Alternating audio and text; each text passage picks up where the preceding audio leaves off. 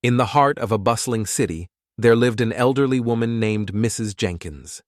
With her silver hair and gentle smile, she was a beloved figure in the community, known for her wisdom and kindness.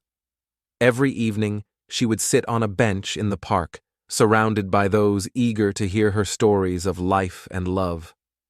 One evening, as the sun dipped below the horizon, a group of curious teenagers approached Mrs. Jenkins, eager to learn from her experiences.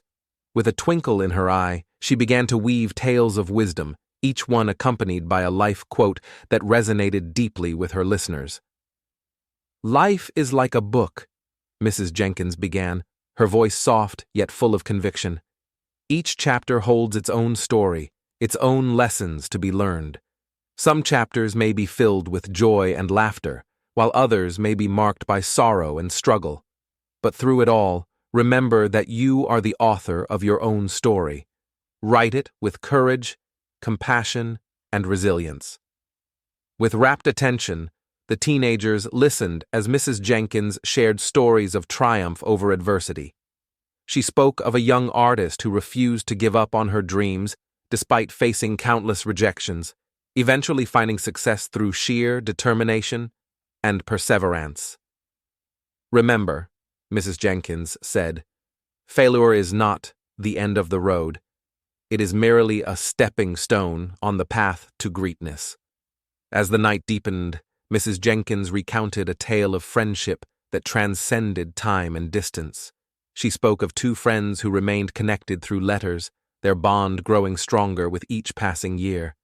"Treasure the relationships in your life," she advised, "for in the tapestry of life, it is the threads of friendship and love that bind us together, creating a beautiful mosaic of memories."